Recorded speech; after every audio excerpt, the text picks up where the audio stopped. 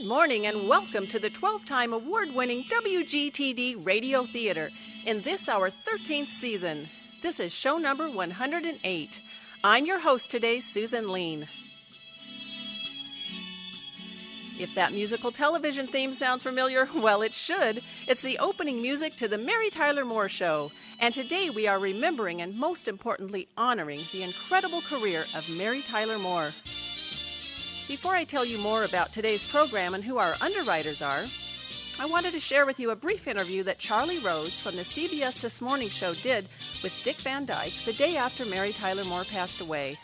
Of course, Mary starred with Dick on his show as Laura Petrie, which ran on CBS from 1961 till 1966.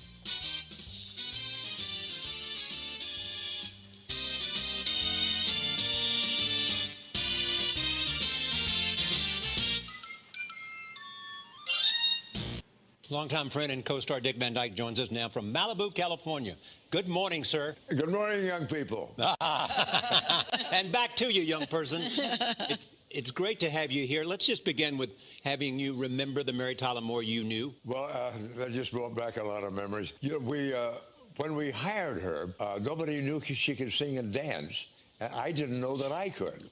And the fact that we were able to, we thought we were the best dance team since Astaire and Rogers, and we thought we were the best comedy team since Laurel and Hardy. Dick Van Dyck, she was 23 years old when that series started. Did you two click right away, or did the chemistry take some time? It kind of surprised me. She had a kind of a mid-Atlantic accent, kind of a Katharine Hepburn, and I thought, God, she's beautiful, but do you think she can do comedy?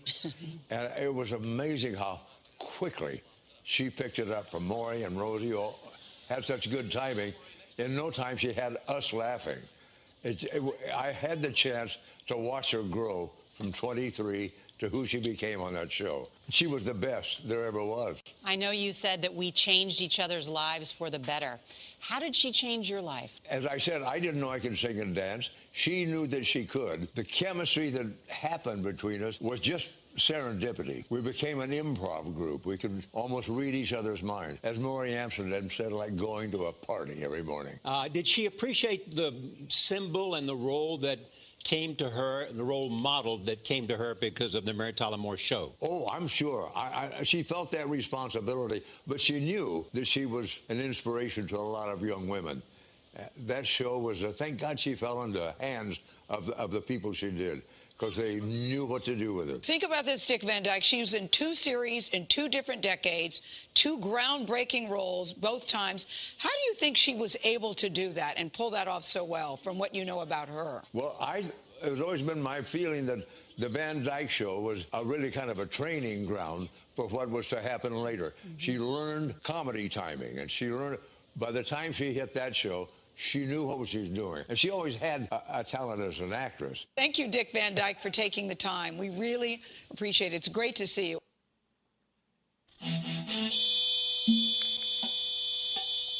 Our thanks to Charlie Rose and the CBS This Morning Show for sharing some memories about today's featured star, Mary Tyler Moore, who passed away on January 25th of this year at the age of 80. Just as a side note, we were already planning on writing a brand new script for the Mary Tyler Moore Show, with Mary starring as Mary Richards and working in the newsroom at WJM in Minneapolis long before the passing of Mary Tyler Moore. So for today, we will be featuring original scripts written by Mike Ullstrup and Steve Brown of the Dick Van Dyck Show, which also starred Mary, and of course we'll take you into the newsroom of the fictitious WJM TV, where Mary, Lou Grant, Murray Slaughter, Ted Baxter, and Sue Ann Nivens are always up to something unusual and, yes, funny. And then we'll visit Mary at her 3rd-floor studio apartment on the north side of Minneapolis, where we'll also meet Rhoda Morgenstern and Phyllis Lindstrom. As always, support for the WGTD Radio Theater comes from the Kenosha law firm of Aaliyah, Dumais, and McTurnan, and also the not-for-profit Brown-Ullstrup Performing Arts Foundation, located in the village of Salem Lakes. It can be found on the internet at brown-ullstrupfoundation.org. Today's tribute to Mary Tyler Moore is directed by Janelle Powers.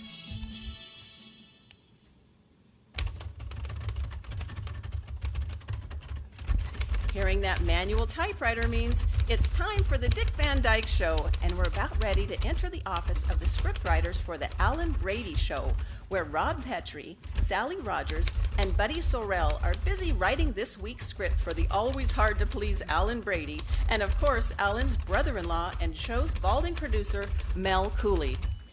And Alan says, good night, folks. And remember, if you ever find yourself in hot water, take a bath. Good, I like it.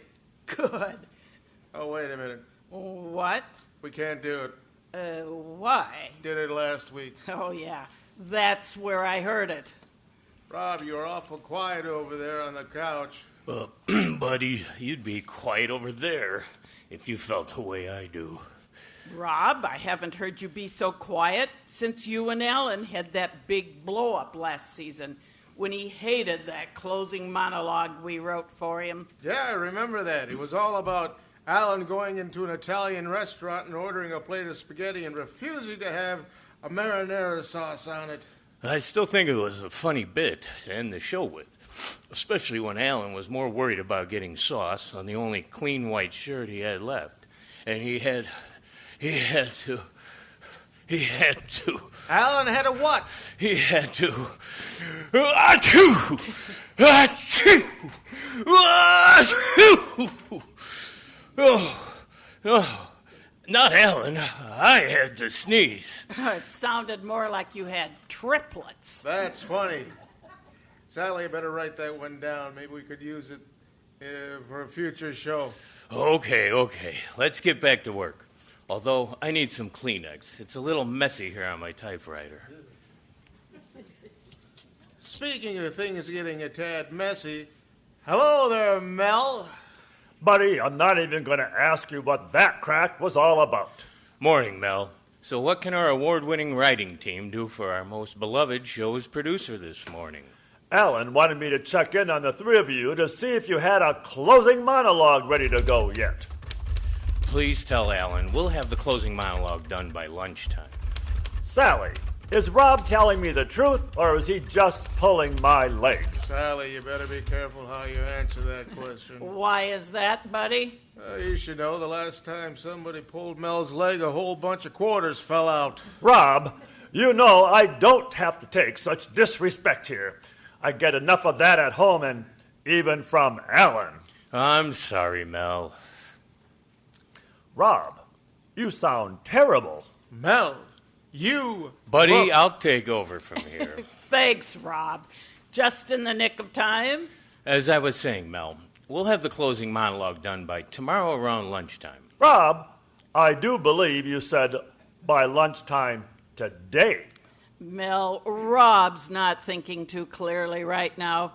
He's got a bad cold coming on. Rob, you do sound awful. Maybe you should take the rest of the day off and come back fresh in the morning. Rob, I agree. Sally and I can work on the rest of the show, and then we can all dig in and get that closing monologue cranked out tomorrow. Rob, for once, I agree with Buddy. Okay, you all win. I'll give Laura a call from downstairs. Then I'll get in my car and head home to New Rochelle. Drive safely, Rob. Thanks, Mel. You know, all this sneezing and wheezing reminds me of a good joke. Oh, must we? You know how to keep a head cold from going down in your chest? No. Tie a knot in your neck. Ugh.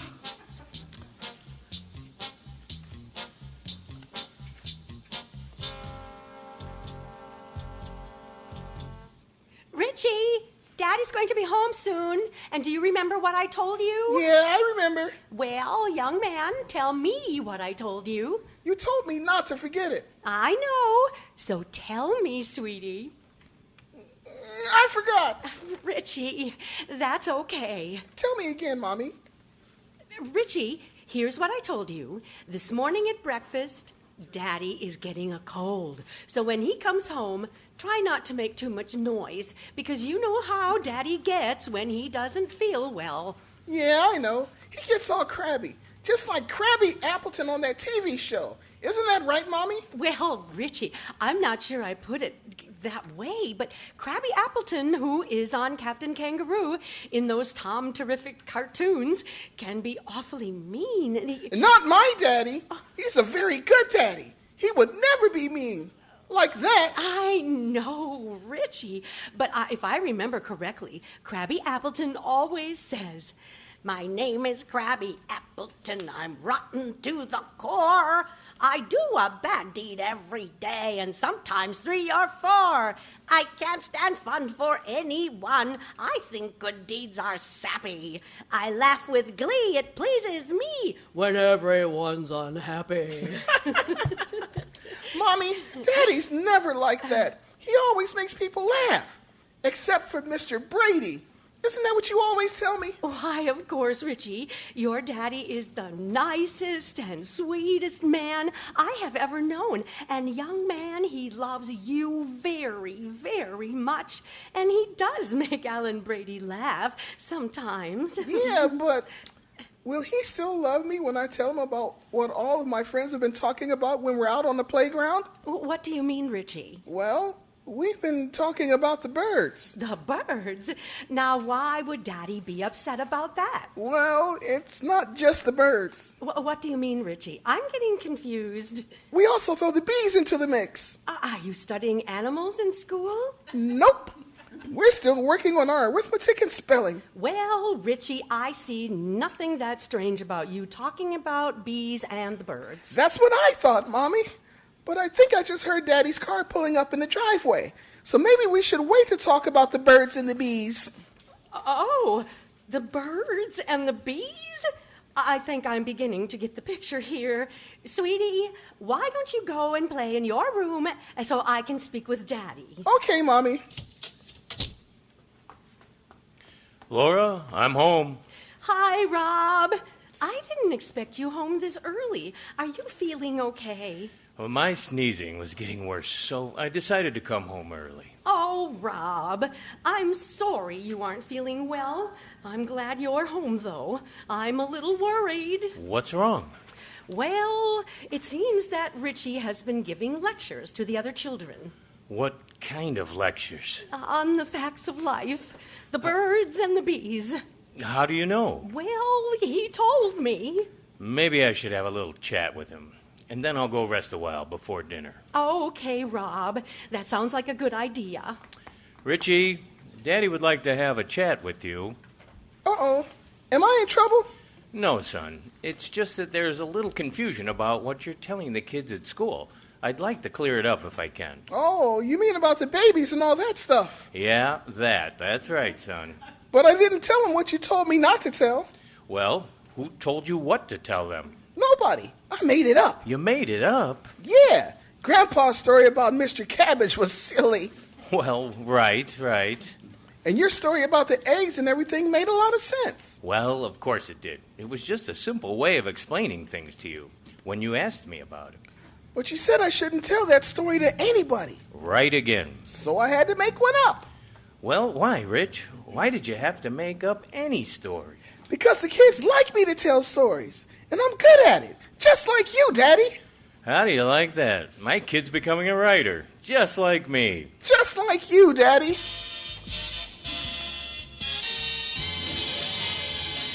Sally, what should our ending monologue be for Alan for our show this week? Buddy, I was thinking about Walter Cronkite and his newscast. What about it? Well, I was thinking, what if we had Alan getting ready to read the news for his own newscast? Wait a minute. Wait just a darn minute. You mean Alan is going to be a newscaster for the network news? Well, maybe not for the network news, but maybe for a local TV station somewhere in the Midwest, and, you know, And he's not very good at it. In fact, he's always making a bunch of dumb mistakes. Alan is always making mistakes. On the air. I love it. Alan says, "Ladies and gentlemen, welcome to tonight's newscast. We start tonight with this news bulletin. It's very important. I mean, really important. But unfortunately, I can't tell you anything about what just happened because Lenny, our stage manager, is standing in front of my teleprompter. Hey, Lenny, move just a little to your right, if you don't mind.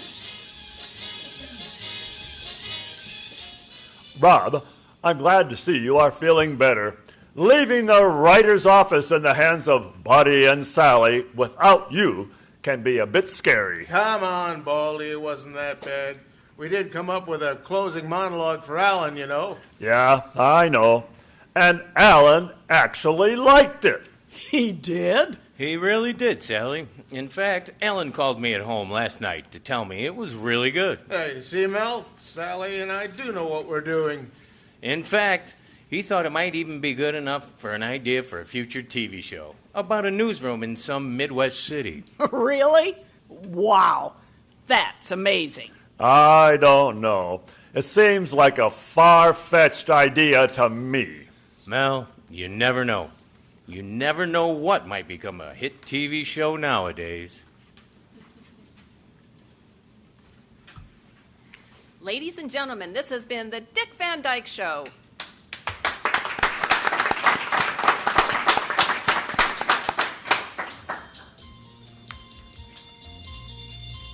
From New York City and New Rochelle, New York, we now transport you to Minneapolis for the Mary Tyler Moore Show, where we find Mary Richards already busy at work in the WJM newsroom, and Murray Slaughter, the lead writer, busily typing away when Lou Grant, the news director, enters the newsroom and says, "Where's Ted?" I'm not sure, Mr. Grant.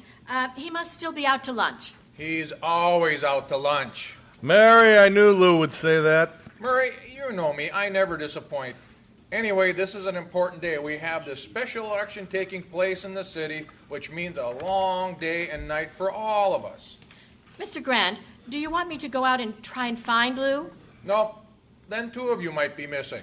Hello, people. Hi, Sue Ann. Hi, Mary. Mary, I want you to close your eyes. Now, no arguments. Close them. It's all right, Sue Ann. She's seen you without makeup before. Oh, Murray, I just hope my mind's still active when I'm your age. Come on, Mary, close them. If I must. Okay. Now you can open your eyes. Oh, my. Well, what do you think? Oh, my is right. It's a life-size figure of Mary, made of food, lots of food, all kinds of food. Is it all right if I close them again? I can't believe what I'm seeing right now. Well, it's a life-size figure of Mary, showing the 4 basic food groups. I used it for a special I did last week called What's All This Fuss About Famine? And I thought it would be just the right thing to brighten up your apartment. Oh, Sue Ann, you shouldn't have. Of course, I'll have to check my lease. I mean, just to make sure there isn't any regulation against, life-size food figures. Oh, I think it would go beautifully in your kitchen, don't you? Well, I think the kitchen might be a little too small for it. Well, I'm sure you'll find the perfect place for it. Oh, in fact, I know. Why don't you put it in your bedroom? I'm sure you must need something in there to relieve the tedium. Bye now. Murray, what did she mean by that? I'm not sure, but... Hi, guys. Oh, hi, Ted. Lou's been looking for you. Hi, Murray. Hi, Mary. Georgette, it's great seeing you again. How have you been? I've been good. I've been staying at home a little bit more than usual. My cat Joey just had kittens. Joey? Well, it's short for Josephine. I sort of like the name Joey, so that's why I call her Joey. It just fits better, you know? Of course, Georgette. We understand. Almost like how my dad wanted a son, and he was going to name his son George. But instead, here I came, and I'm Georgette. That does happen a lot, you know. I know. I've had to live with that for my whole life. So I do understand. Georgette, I'd better get to work so I can be ready for the 6 o'clock newscast. I know, Ted. You were practicing your opening in the car just a short time ago. That's okay, Georgette. There's no need to go into details about that. No, Georgette. Please tell us more. Georgette! Maybe I better not. That's okay, Georgette. We hear his opening every night anyways, so that's fine. Oh, Ted, I forgot.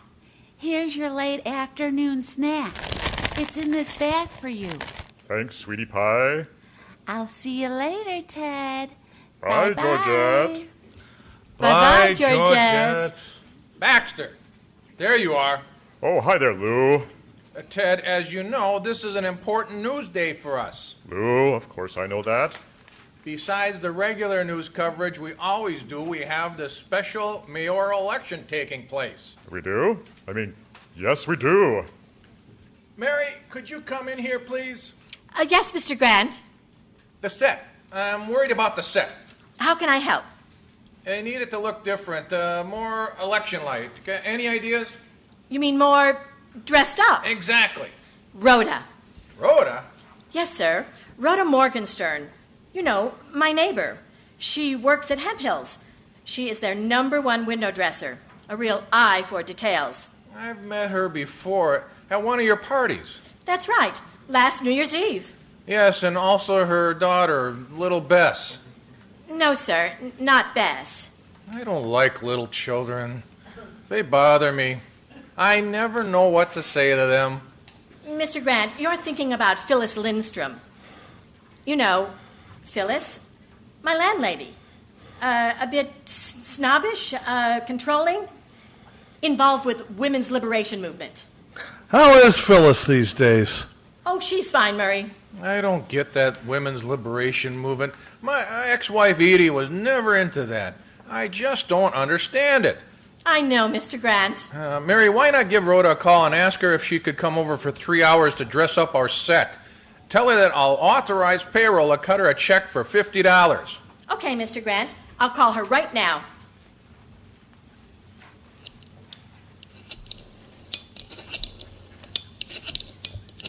Window Design Department, this is Rhoda.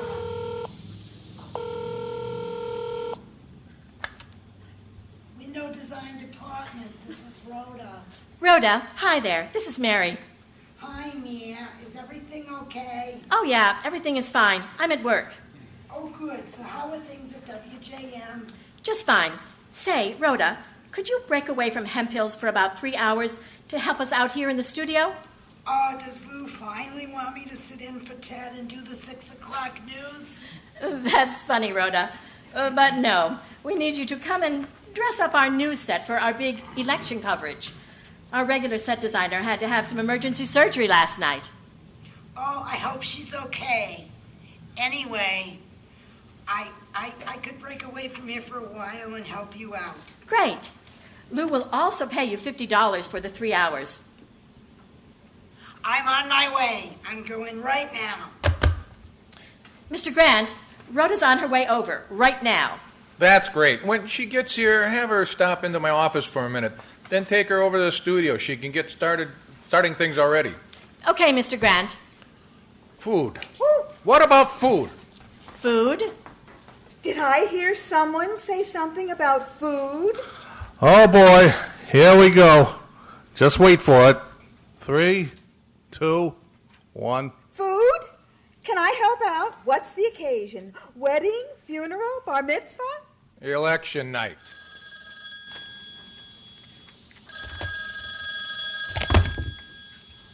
Hello? Oh, okay. Have her come up to the newsroom. Mary, that was the front desk downstairs. Phyllis is on her way up. My Phyllis? Lindstrom?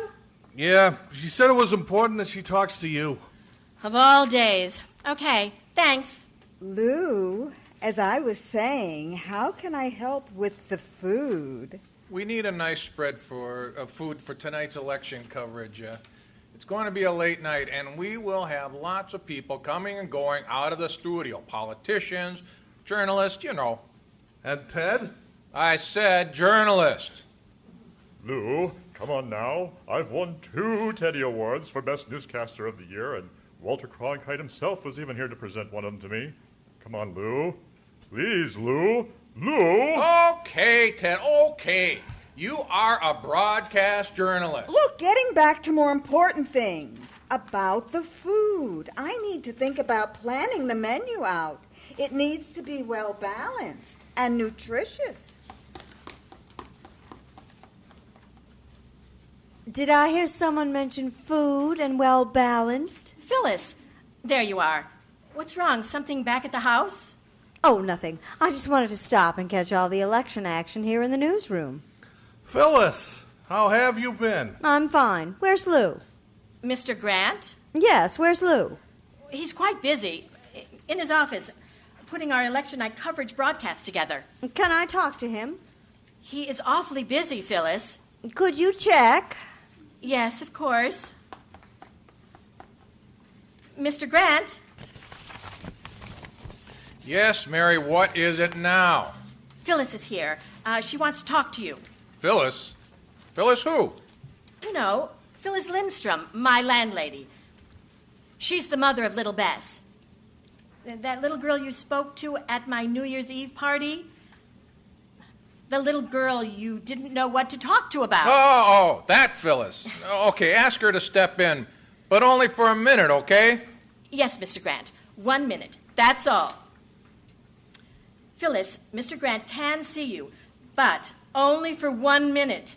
He's very busy. Yes, Mary, I understand. Whatever you say.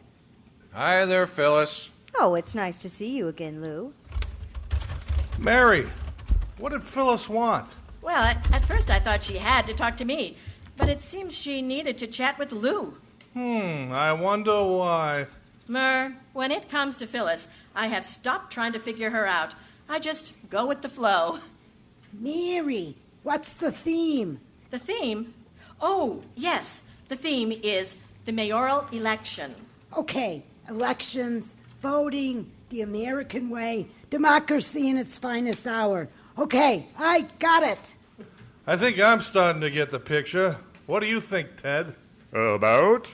About the election theme for the news set where you will be sitting for hours tonight.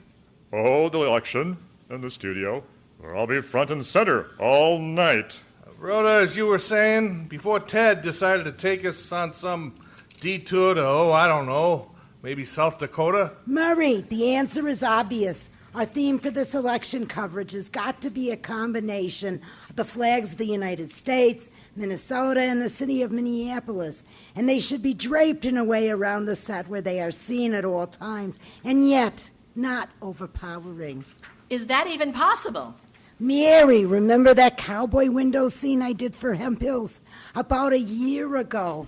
You mean the one with the horses and cows and the women all dressed up in those fancy skirts and cowboy hats? Okay, ladies, that's where I draw the line. I will not wear a cowboy hat on the set tonight for the election coverage. What about one of those skirts? Murray, please, I must always look dignified when I'm doing the news. Yes, Ted, by all means, always dignified. Even though our technical crew has to constantly re-rack the teleprompter when you flub a line or two, or three. Come on, Murray, give the guy a break. Doesn't happen that often, does it, Lou? I'm not sure how I got dragged into this discussion, but Murray is right, Ted. He is? Yeah, I'm always getting overtime bills from the engineering staff for the studio crew because of stuff like that. I'm sorry, Lou. At least you don't subtract that from my weekly paycheck. Not yet. Come on, Lou. That's not funny. Ted, look at me. Look at my face. Does it look like I'm laughing? No, Lou, you are not laughing. Mr. Grant, before I forget, I wanted you to hear these 3 musical themes we might use for tonight's election coverage opening, and let me know which one you like best. Mary, can't you just do that? You are the associate producer, you know? Lou, she knows that. She just wants your input. Phyllis, where did you come from? Well, Lou, I was still in your office reading over the possible public affairs program idea you might want me to host. Phyllis, I actually didn't say host. I said help to produce. Well, I know, but I have some good ideas that you might want to consider. Phyllis, we can chat more about that one someday next week. Meanwhile, I do want to hear these 3 possible opening musical themes for tonight's newscast. Okay, Mr. Grant. That's why I have one of our portable tape recorders here, so I can let you hear them. Here we go. Here's number 1.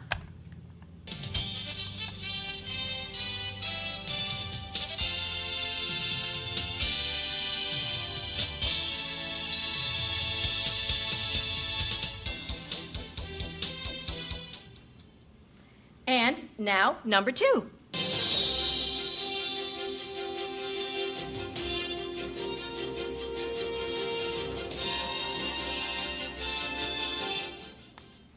And here's number 3.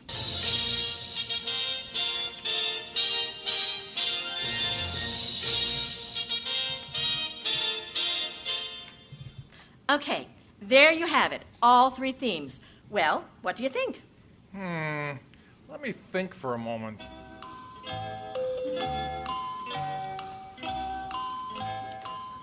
Oh, that's funny, Mary. How did you arrange the Final Jeopardy music? Kathy in promotions recorded that for me. I love it.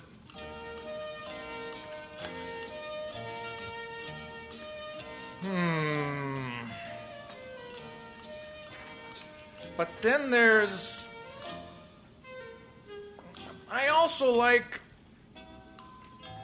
I think I have it now. Okay, Mr. Grant. What is your answer? It has to be number 2. Let's hear a brief clip of that again.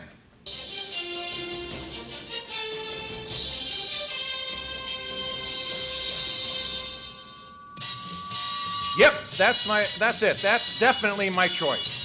Excellent. Mr. Grant, that was my favorite as well. Oh, Lou, good choice. That music will go perfectly with all the healthy snack foods I've planned for tonight. Sue Ann, if it were up to me, we would just have beer, pretzels, and peanuts. Rhoda, are you somewhere behind that news desk? I'm here, Mayor. Leo is also back here, pounding away on the backdrop. Rhoda, the flags look really wonderful. This is going to be some special night for WJM News. I still have to figure out how to arrange the side table and chairs. Oh, you mean for any guests who might be on the set next to Ted? Yeah, I never like it when the guests are sitting lower than the host. Well, you know Ted. He always likes to be just a little taller than anyone else when he's doing the news. Yeah, I know. And he can also be... Oh, hi there, Rhoda. Mary told me you were out here in my, in the studio.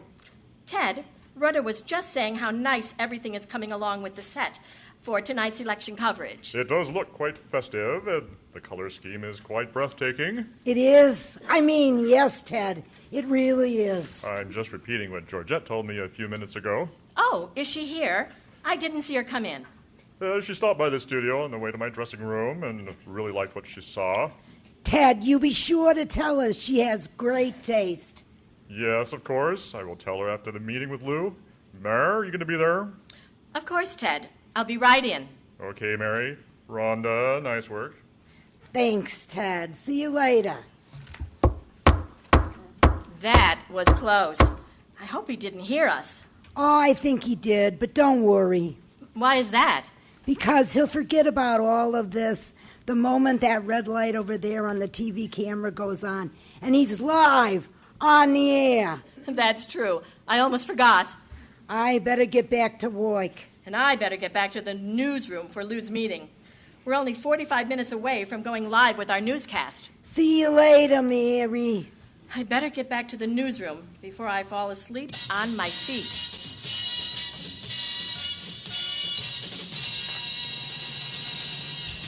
Murray, is all the regular news copy ready to go and loaded into the teleprompter? Ready to go, Lou. Now, Ted, as you know, we will be bringing you news bulletins into the studio as soon as the polls close, just after 7 o'clock. Okay, Lou, just like always. Except, please remember not to ask when you're on the air, am I supposed to read this now? Okay, Ted? Yes, Lou, I will not do that again. Okay, everybody, let's have a great evening. Mary, I'm going back to video editing to make sure the video clips are ready to go. Okay, Mary. Oh, Mary, I'm going to run over to my office and then go into the studio to check on all of our nutritious food and make sure Gordy, the weatherman, got the message from his wife. Okay, Sue Ann. Mary, Ted and I are going into the studio so he can get ready and so I can check out the food. Okay, Mr. Grant. Have a great show, Ted. Thanks, Mary. Boy, you do look tired. Thanks for that, Ted. I am tired. I think I'm going to just put my head down on my typewriter just for a few minutes.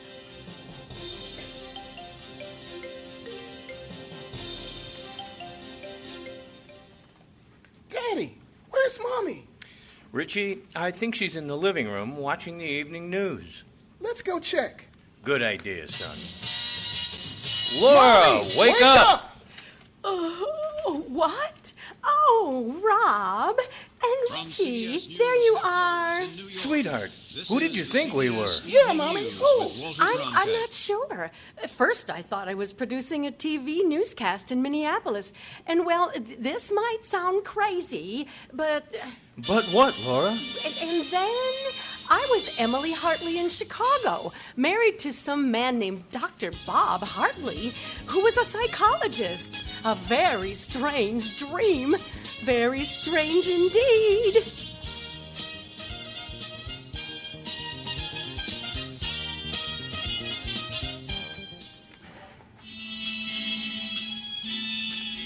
This has been our version of the Mary Tyler Moore Show. Even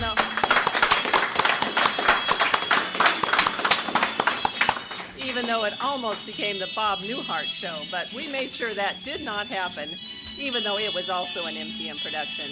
Anyway, our stars today in the Mary Tyler Moore Show were Janelle Powers as Mary Richards, Larry Rowe as Lou Grant, Todd Eves as Ted Baxter, Jim McClure as Murray Slaughter, Renee Bushell as Sue Ann Nivens, Naomi Wiseman-Zobler as Rhoda Morgenstern, Kathy Zolke as Georgette Franklin, and Vicki Dumais as Phyllis Lindstrom. And in the Dick Van Dyke Show, Mike Bavito as Rob Petrie, Jill Jensen as Laura Petrie, Cameron Spencer as Richie, John Alexi as Buddy, Julie Burton as Sally, and Gordon Wisniewski as Mel.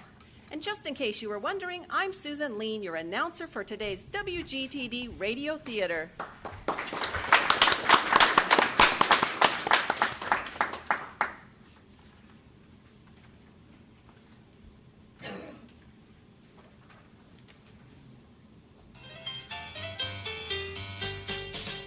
And now, it's the professor. Marty. Marty! Marty! What? Your phone. Oh.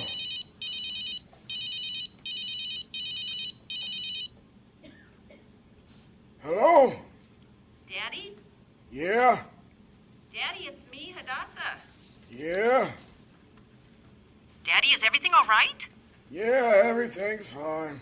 Anything else? Is Mom there? Yeah. Where are you? The clubhouse. Has Mom been doing okay since she got out of rehab? Yeah. Because she doesn't always tell me everything. That's odd. She usually tells everyone everything. Yeah, well, could I talk to her? Sure. You need any money? No, Daddy, I'm fine, thanks. Here's your mother. Estelle, it's Hadassah. Where? On the phone, here. Oh. Hello? Mom? Yeah. How are you? Fine. Well, I thought I'd call and see how you are. Oh, that's nice. A call instead of a visit. Easier.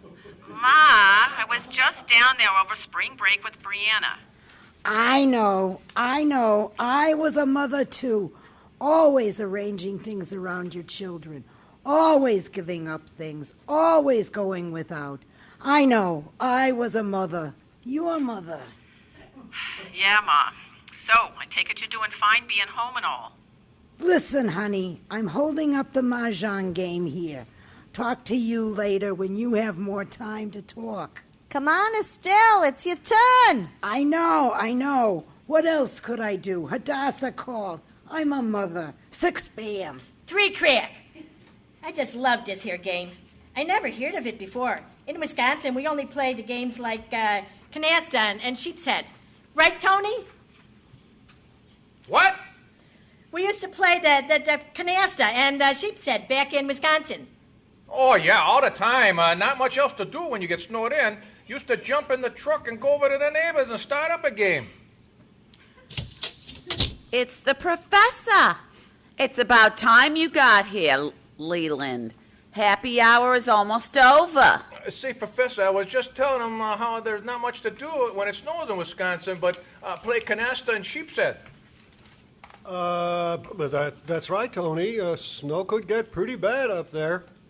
Of course, I could watch up on my documentaries about the British Isles during the High Middle Ages and the ramifications on the presidential elections in the Fourth and Fifth Republics in France. Yeah.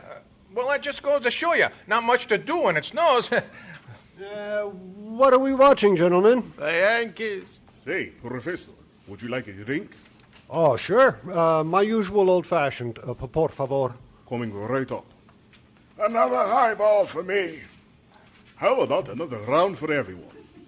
Now you're talking. Irving, just make sure you drink water. That alcohol takes the water right out of you, and in this heat, you need to stay hydrated. You know, if she had a prostate, she wouldn't be telling me to drink so much water. What are they laughing about? No. Oh. Who knows? You know guys, they probably saw a female body part and they're all giggling like little boys. 3 dots. Mahjong. Estelle, would you like to take my place? I need to stretch my legs. I feel like I've been sitting here all day. Oi, but that's nothing. When my second husband, Stan Finkelstein, may he rest in peace, was in the import business, I used to sit at a desk all day long doing the books, sending the bills, getting people to pay the bills, and then paying our bills. And I didn't have any computers, let me tell you. All I had were index cards and spreadsheets. You know, the kind of spreadsheets that covered half your desk? Now that was work. None of these reports that you just push a button and out comes a bill. Oh, no. I had to handwrite the bills or use a typewriter. Oh, I know what you mean, Tootsie. I used to do the same thing at the farm. That's the way it was done on the farm. The man takes care of the animals and the crops, and the woman takes care of the books. You're right. No computers. I think you asked me a question. No, I'm too tired to play.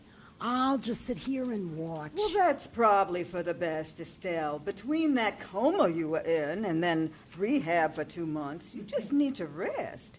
It's got to make you feel better for being at home. I know I always preferred to convalesce at home rather than in some hospital or rehab center. I mean, the people at those places are nice and all, but it's not just home. It's just not home. It's just not the same thing as eating on your own plates and sitting in your own chair. Yeah, it's better being at home. And I do feel better, but I do need my rest, especially after that shock when I came out of that coma, seeing a perfect stranger. Not my husband, not my daughter, a stranger. It was a shock.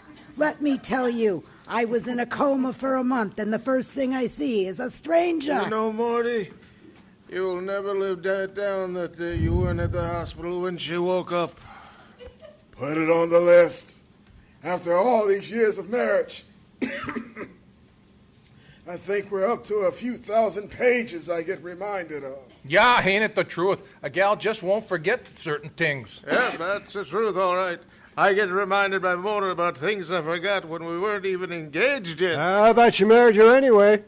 True, I get reminded about that, too. I married you in spite of your faults. 5 dot. Another body part.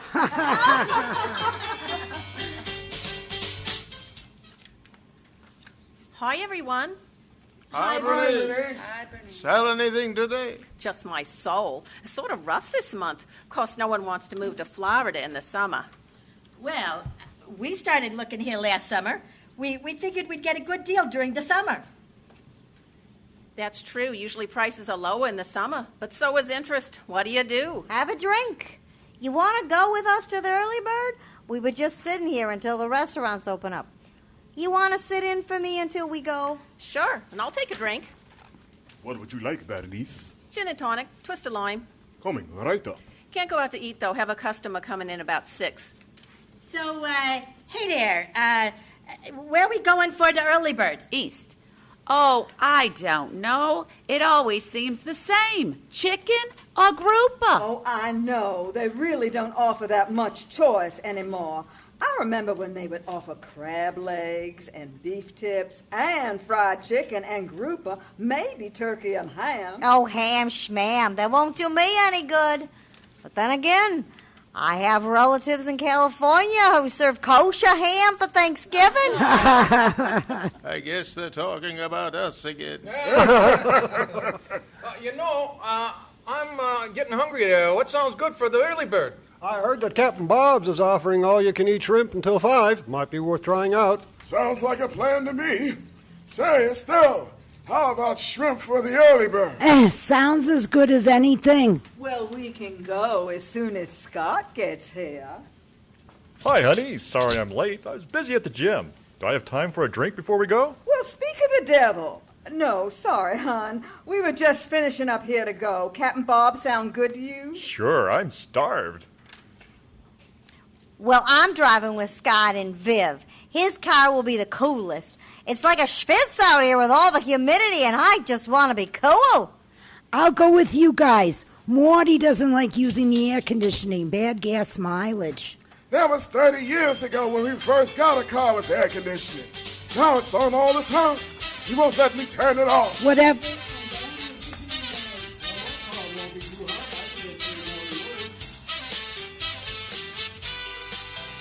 That was It's the Professor. The stars of It's the Professor were John Alexi as Irving, Vicky Dumais as Tootsie, Siegfried Christoph as the Professor, Renee Bushell as Vivian May, Kathy Zolke as Mona, Todd Eves as Scott, Susan Lean as Bernice and Hadassah, Janelle Powers as Joni Vandenvogel, Larry Rowe as Tony Vandenvogel, Cam Spencer as Morty and Felipe, and Naomi Wiseman-Zobler as Estelle. Special sound effects were created by Mike Ullstrup. Recorded sound effects were created by Steve Brown. The show was directed by Vicky Dumais. It's the Professor is written by Steve Brown and Mike Ullstrup. Support for the WGTD Radio Theater comes from the Kenosha law firm of Aaliyah, Dumais, and McTurnan and the Brown-Ullstrup Performing Arts Foundation. Join us on October 7th at the Lake Lawn Resort in beautiful Delavan, Wisconsin for another great show from the screens big and small. For the WGTD Radio Theater, this is Susan Lean. Have a great day. This is WGTD HD, serving Kenosha, Racine, Elkhorn, and Lake Geneva.